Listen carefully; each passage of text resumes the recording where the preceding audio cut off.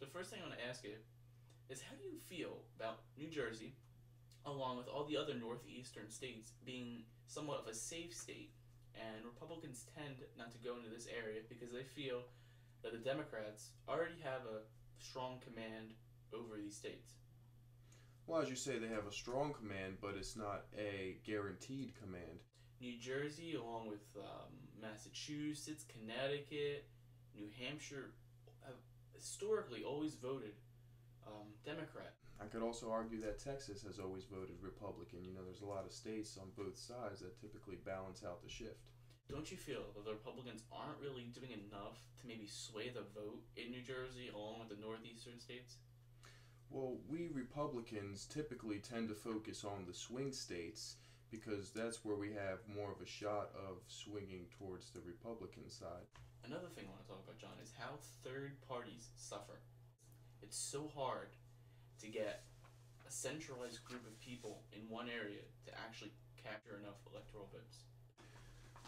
Well, Danny, when it comes to other parties, I believe that if they were in any position to be as popular as the Republican or Democratic Party, they would have gotten support from lobbyists and other individuals. There needs to be a significant number of votes in order for that a party to be nominated for the presidency. Well, in 2000, Ralph Nader, got over 1 million votes. That's just showing you how he took the votes away from Gore, costing him the election. If more people maybe had an idea that he was going to actually do that well, maybe they wouldn't have voted for Gore, voted for Nader, maybe he would have became president. Well, that kind of power rests within the people. The main problem I have with the Electoral College is the fact that each state, with the two exceptions with Nebraska and Maine, are all winner-take-all electoral votes.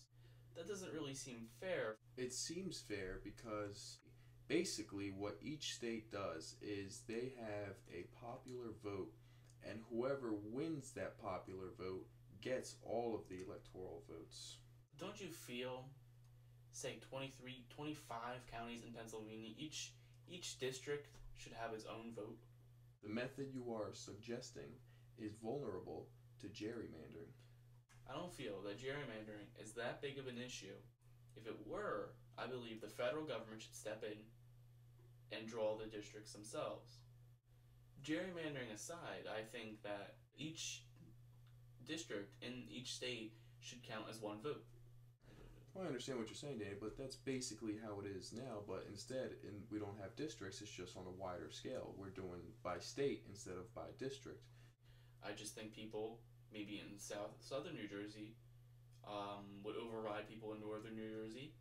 Even if New Jersey as a whole was split, everybody would get their vote. Well, John, I want to thank you for the interview. Thanks, Dan. Yeah. Appreciate it. Good luck in 2012. That was it. I got three questions in.